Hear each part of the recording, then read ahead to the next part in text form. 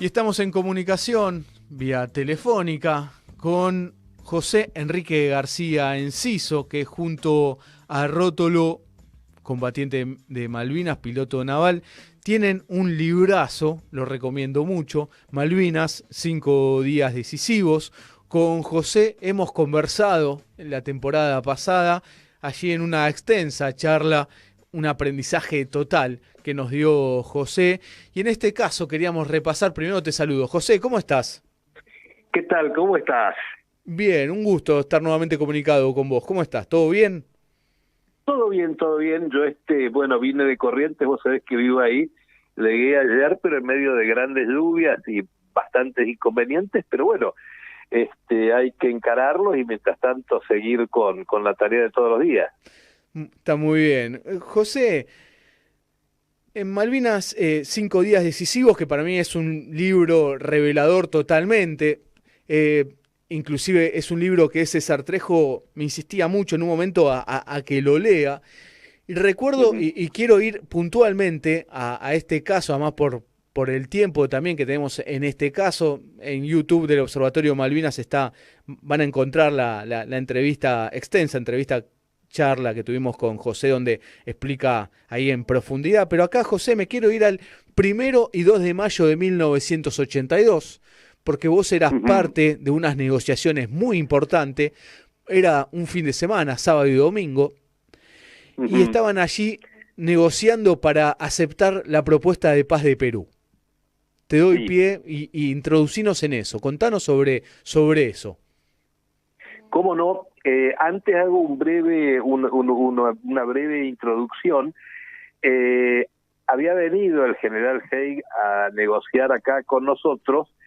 Nunca había llegado a darnos una propuesta en concreto de Gran Bretaña, pero después el 28 de abril presenta su famoso memorándum, en el cual dice que debemos aceptarlo o rechazarlo en un plazo de horas, y el memorándum de Hague era nuestra propuesta, pero a la cual había agregado un artículo séptimo, sección C, donde incluía una frase que podía considerarse como aceptación de la autodeterminación de los isleños, porque decía que el futuro de las islas dependería de una encuesta de opinión entre los isleños y ya sabemos cómo iba a resultar. Entonces, nosotros no contestamos y a partir de ahí el Senado americano saca una declaración de apoyo a Gran Bretaña y este es el día, prácticamente jueves 29, y no olvidemos que el sábado 1 de mayo ataca a Gran Bretaña, ataca duramente y se producen más de 30 bajas en las tropas argentinas.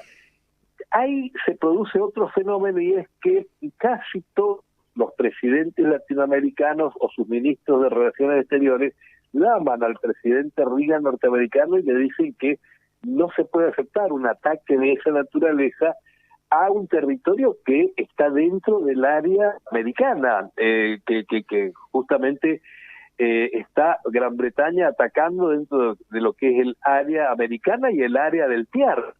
Y entonces Reagan le ordena a Haig que busque una salida. Él se comunica con el presidente del Perú, Fernando Belaúnde Terry. Fernando Belaúnde Terry consulta con la Argentina y el problema era que si aceptábamos la autodeterminación era como perder el caso de nada. Entonces Fernando Belaúnde Terry ese sábado redacta un proyecto llamado el Proyecto de los 7 puntos, donde desaparecía el tema de la autodeterminación. Y los 7 puntos, el primer punto de los 7 puntos era el cese inmediato de toda hostilidad. A las 10 de la noche, después ya de este fuerte ataque inglés sobre el aeródromo de Puerto Argentino el sábado a partir de las 5 de la mañana, que se repite 8 de la mañana, y que a lo largo del día tiene varios conflictos, porque la Fuerza Aérea ataca también a 3 buques ingleses que estaban bombardeando las posiciones argentinas en Puerto Argentino. A las 10 de la noche llega la primera comunicación de Belaúnde, 10 de la noche del primero. Ahí plantea él los 7 puntos, habiendo quitado el tema de la autodeterminación. Ahí le contesta a Costa Méndez que la propuesta nos interesa realmente porque toma en cuenta la posición argentina. 12:15 de la noche llama al presidente de la UNDE, al general Galtieri, y le dice que es indispensable una tregua para poder proseguir con este acuerdo. Y entonces a las 2 de la mañana es cuando se envía un radiograma, un cable a los buques de la flota que estaban en el norte. Estaba el grupo de portaaviones con las corbetas preparándose para atacar a la flota inglesa, porque la flota inglesa solo se podía atacar si estaba aferrada a las islas. Si la flota inglesa, por ejemplo, se alejaba de las islas y tomaba el rumbo al África, si la flota argentina los hubiera perseguido, había 5 submarinos nucleares en el área, hubiera sido un riesgo muy grande, pero si la flota inglesa estaba aferrada, se la podía atacar, y ese era el plan del 1 de mayo. Mientras tanto, abajo, el crucero Belgrano fundamentalmente cuidaba de que no entrara una fragata inglesa por el Cabo de Hornos, porque había información de una fragata inglesa que venía de la zona del Pacífico.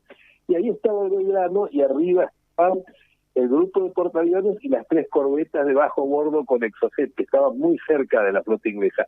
A las 2 de la mañana se les ordena volver a posición inicial. ¿Por qué? Porque Belaúnde pedía esa tregua de 48 horas para completar la gestión de paz, y la Argentina tenía interés en aceptarla. Entonces, 10:15 de la mañana, hora argentina, el ministro de Relaciones Exteriores, Costa Méndez, le transmite a Belaúnde que nosotros en principio vamos a aceptar, y que el presidente lo va a llamar pronto para transmitirle eso. ¿Cuál era el único problema que había a las 10:15 de la mañana? ¿Cómo redactar la palabra intereses y deseos en castellano y en inglés? ¿Por qué? Porque si no ponía deseos de los isleños deseaban seguir siendo británicos, o sea, perdíamos. Si uno ponía intereses de los isleños, eso era reconocerles todo lo que ellos consideraran materialmente reconocible. Es decir, si alguno se quería ir, darle una indemnización por los bienes que podía tener, si alguno se deseaba quedar, bueno, ver de cubrir la parte material, los intereses. Hay una diferencia enorme entre las dos palabras, pero para facilitar la aceptación se llega a una redacción que decía los deseos sobre intereses, es decir, se lee una forma en la cual la palabra interés prevalece sobre la palabra deseo. Entonces ahí, como estamos de acuerdo, me toca a mí redactar la respuesta de Galtieri a Belaúnde Terry, en la cual yo pongo, porque se hacía una redacción y después la leía el presidente, por supuesto yo pongo, digamos, como hablando Galtieri, él le dice: hemos decidido aceptar la propuesta de vuestra excelencia, y eso lo había redactado yo. Y cuando Galtieri lo lee, pone encima de esta frase: en principio, hemos decidido en principio aceptar la propuesta de vuestra excelencia, pero tenemos que hacer una reunión formal de la Junta Militar a las 19 horas hora argentina, para que los 3 integrantes de la Junta Militar, por supuesto, firmen el acta de acuerdo, porque no la podía firmar Galtieri solo, y porque a esa hora se iba a juntar, se iba a reunir la Junta. Es decir, nosotros ya a las 10:15 de la mañana comunicamos que aceptamos la propuesta, por más que vamos a discutir este tema de las palabras, que se solucionó, y después teníamos que ver cuáles eran los 4 países neutrales, 2 propuestos por la Argentina, 2 propuestos por Gran Bretaña, que se hacían cargo de la administración de las islas, mientras negociábamos el futuro de las islas, teniendo en cuenta el principio de integridad territorial, que es lo que defendía la Argentina, porque la Argentina sostiene que las Malvinas son parte de su territorio, por lo tanto, la integridad territorial argentina, principio de Naciones Unidas, debe ser respetado y está por encima de los deseos de una población implantada. Pero como esa posición se tomaba en cuenta, vuelvo a repetir, nosotros aceptábamos, y la prueba es que el día domingo 2 de mayo no hay un solo acto militar bélico argentino, ni uno, porque estábamos en tregua. Pero ¿qué sucede?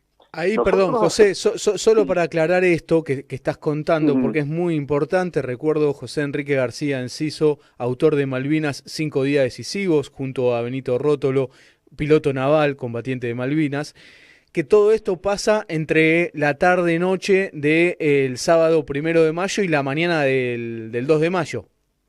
Exactamente. La, digamos, la propuesta de Belaúnde llega a la Argentina a las 10 de la noche del 1 de mayo, sábado. Se empieza a analizar febrilmente, por supuesto. A las 12 de la noche el presidente el general Galtieri le dice al presidente Belaúnde, nos interesa, cubre nuestras nuestros deseos, nuestro punto de vista, y esa es una conversación que se produce 12:15 de la noche. A mí también me tocó darla a conocer a través de periodistas, pero con permiso del general Iglesias, que era quien estaba a cargo de la Secretaría General, bastante tiempo después de los hechos. Estas conversaciones eran secretas, pero están todas grabadas y escritas a máquina. Yo tengo los originales porque me autorizaron a tenerlos. Se hicieron fotocopias certificadas que fueron a la comisión Rattenbach.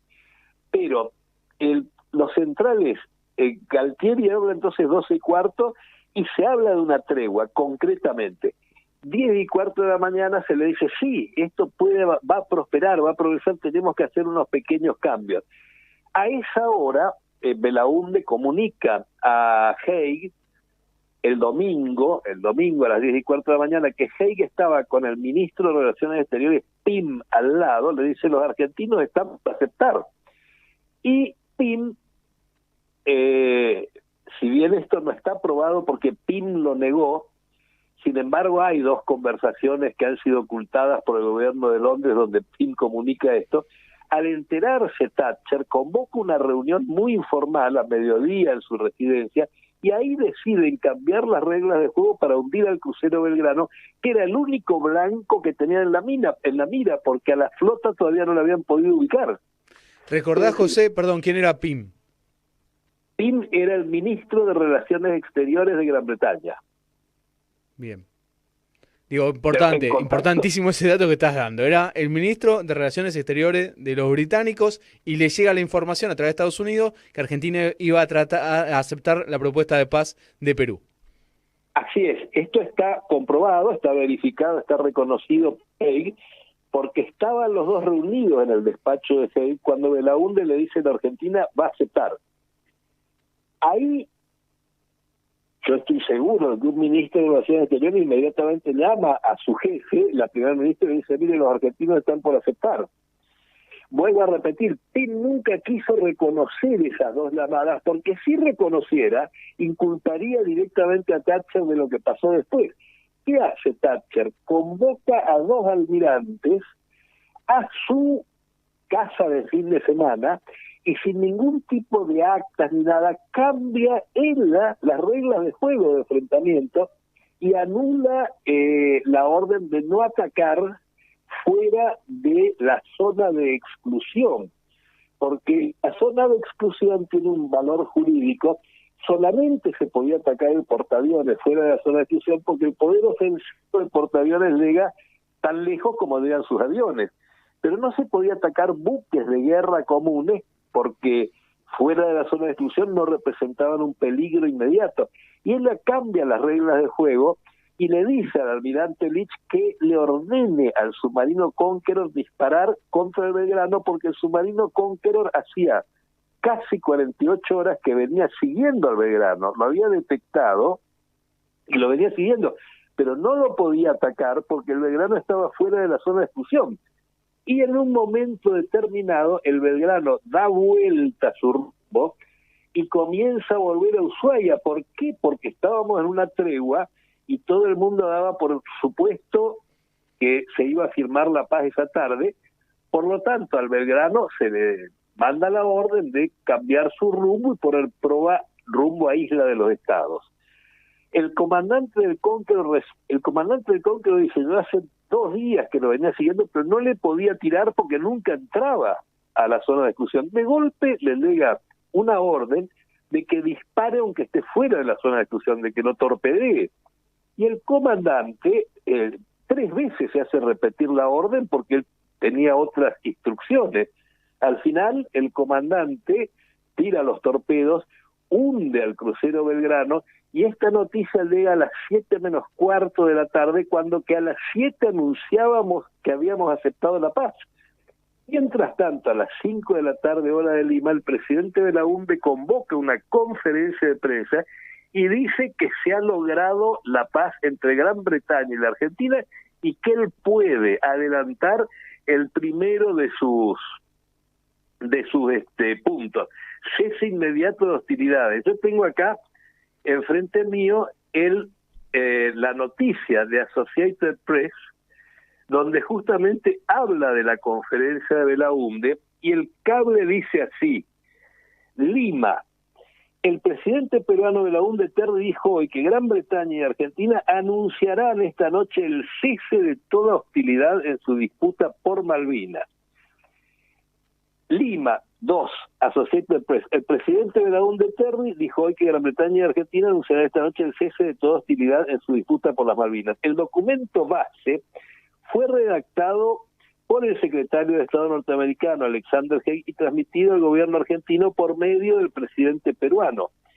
Dijo que los contactos permanentes y prolongados entre las partes se iniciaron ayer, 1 de mayo, prosiguieron toda la noche y esta mañana, y serán dados a conocer esta tarde. Belaúnde dijo que no podía adelantar los puntos del acuerdo, con la excepción del primero, sobre el cual no hay discusión: cesación inmediata de las hostilidades. Este es el presidente del Perú hablando. Claro. O sea, el presidente del Perú. Y cuando se refiere al tema de que efectivamente el general Haig fue quien le pidió que mediara y que presentara este proyecto, se refiere al hecho de que son los presidentes latinoamericanos los que le dicen al presidente norteamericano Reagan: tiene que parar esto no puede ser. Y ahí Haig, que había jugado a favor de los británicos hasta el 30 de abril, cuando toma conciencia de que esto puede generar un problema enorme con todos los países latinoamericanos, y como él de alguna manera ya había jugado a favor de Inglaterra, bueno, acepta hablar con Belaúnde para ver la redacción del documento, y Belaúnde entonces acepta mejorarlo en función de las peticiones argentinas: primero negociar, después mejorarlo, después presentarlo, y llegamos al punto en que el propio presidente Belaúnde anuncia que se ha firmado y que han cesado las hostilidades. Y en ese momento exacto es cuando se hunde el Belgrano. Cuando llega la noticia del hundimiento del Belgrano, en la Junta Militar se produce primero una desazón, un no comprender lo que pasa. Estábamos en una tregua, y después se decide aceptar de todas maneras la propuesta de paz, y esto lo declara el brigadier Lamidoso antes de su fallecimiento en una nota que da al diario La Nación, que se puede leer en Google, que se llama la nota La larga vigilia de la noche en que la paz se había logrado. ¿Qué sucede? Cuando después llegan las noticias de que no se ha podido encontrar a dónde están los náufragos del Belgrano, porque se encontraron recién un día después, y ante la perspectiva de que hayan muerto 1000 hombres, hay como un retraimiento de aceptar la paz, y ahí hay una discusión. Lamidoso era partidario de aceptarla igual, el general Galtieri dudaba, el general Anaya decía: primero esperemos a ver si aparece alguno de los tripulantes de Belgrano, no podemos aceptar la paz cuando no sabemos qué pasó con estos 1000 hombres.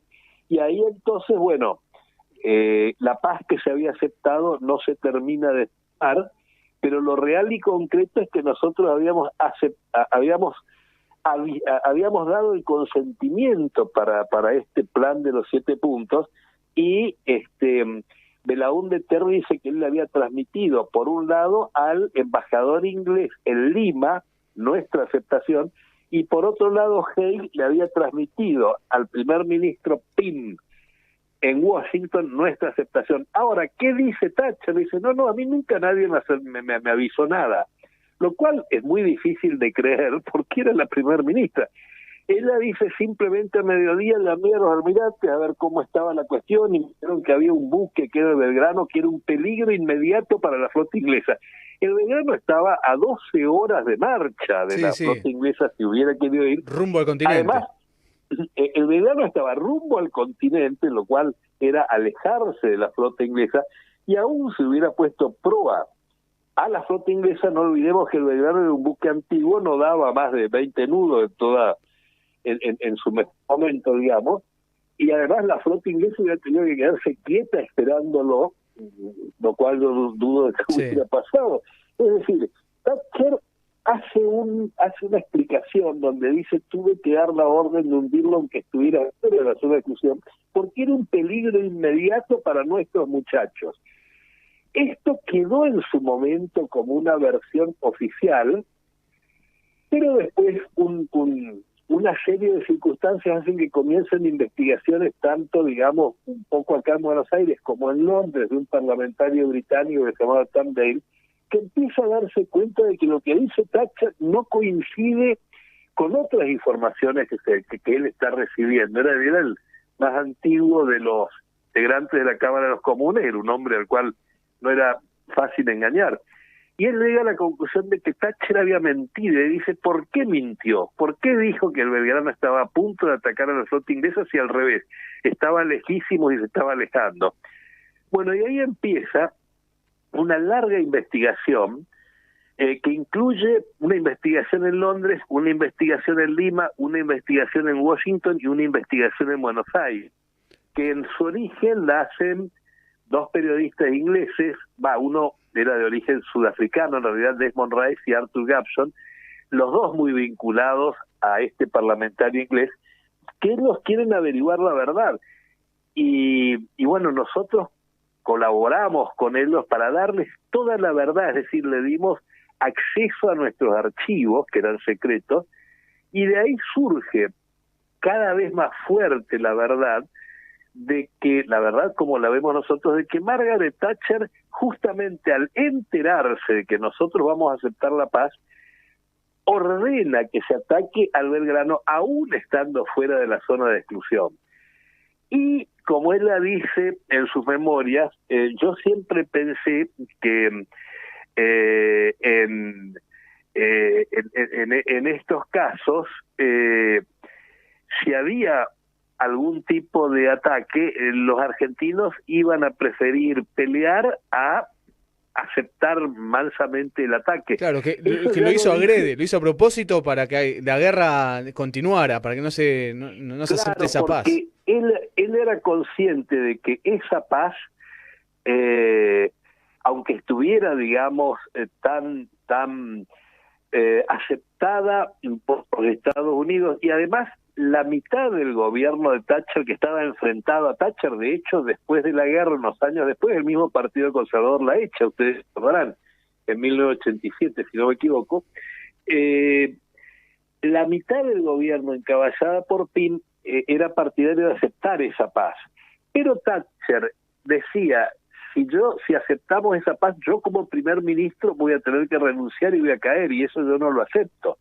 Entonces hace esa jugada de ordenar el ataque, calculando que ese ataque iba a detener el proceso de paz, como efectivamente sucedió. El objetivo lo logró. El objetivo lo logró, pero cuando viene la investigación sobre ese día 2 de mayo en Londres, resulta que el gobierno inglés prohíbe por 99 años estudiar nada que sea desde 4 o 5 horas antes del hundimiento del Belgrano hasta 5 horas después. Es decir, hay un periodo negro ahí que no se puede estudiar. Y lo que dice el parlamentario Tom Dale es que él sabe que hay 2 llamadas a Thatcher avisándole que los argentinos han aceptado la paz. Eso es lo que está cubierto bajo 14 llaves en el gobierno inglés, y dicen ellos que dentro de 99 años, 99 años a partir de 1982... Que ni siquiera la Segunda Guerra Mundial ocultaron tanta información. Ni siquiera. Claro. José, tu libro, y junto a Rótolo, es lectura obligatoria, Malvinas, 5 días decisivos. Te voy a proponer que cuando voy a estar siguiéndote para cuando estés en Buenos Aires en algún momento invitarte al estudio, porque hay un montón de cosas que son detalladas, muchas de las cosas que se investigaron. Digo, a Jai le costó la carrera porque José logró comunicar y dar toda la información de lo que había pasado en las negociaciones. Los británicos investigaron por toda la información que dio José, está todo en el libro de él. Pero te voy a proponer, porque ahora me quedé sin tiempo, que cuando estés por Buenos Aires te puedas venir al estudio y lo charlamos acá tranquilos. ¿Cómo no? Yo calculo, yo tengo que dar clase en Buenos Aires el jueves y viernes de la semana que viene, que doy todo el día en un instituto de posgrado, pero lunes, martes, miércoles estaré por ahí y tal vez me quede 1 o 2 días después del fin de semana, así que con todo gusto voy al estudio. Te doy una última noticia. Bueno, mañana entra en prensa la 4ª edición del libro y estuve trabajando en añadir unas pruebas impresionantes que encontré de qué es lo que pasa en Georgia. Claro. Y bueno, eso también lo vamos a conservar porque eso va a ser nuevo en la futura 4ª edición. Bárbaro. José, entonces te voy a estar siguiendo y ahí molestando por teléfono. José, yo a disposición tuya, porque el tema de Malvinas es una causa de todos los argentinos, no es ni tuya ni mía, no, tal nadie. Cual, tal cual. Decir, es de todos. Tal cual. Hay que contar la verdad y sobre todo hay que tratar de que las generaciones nuevas sepan lo que pasó y no se olviden de los que lucharon en aquella época. Así que vos me llamás y yo estoy. Excelente, José, y me vas a hacer comprar la 4ª edición porque viene ya con una pequeña información y yo soy de comprar esas cosas, así que ya veo que tengo que comprar la 4ª edición, allí lo estaré comprando. José, un fuerte abrazo y muchísimas gracias. Si me a salir antes de que nos veamos, te voy a estudiar de llevar con todo gusto un libro, porque la tarea que hacen ustedes es sumamente importante, la hacemos entre todos, vuelvo a repetir, vos con la radio, yo escribiendo el libro, buscando más datos, peleando por esto, porque esto es algo que nos mueve a nosotros y además hasta a mí me dan ganas de seguir trabajando y trabajando, porque para mí fue un trauma lo del Belgrano, lo que sucedió ese día, y la única forma de superarlo es mostrar la verdad. Exactamente, y que se conozca eso, lo que pasó. José, un fuerte abrazo, muy amable como siempre y impresionante. Muchas gracias, José. Gran abrazo a vos y a toda la audiencia. Muchas gracias. José Enrique García Enciso fue senador, 3 años presidente del Senado, allí en Corrientes, fue vicegobernador de la provincia de Corrientes y autor, junto a Rótolo, que es piloto naval, combatiente de Malvinas, 5 días decisivos, un librazo.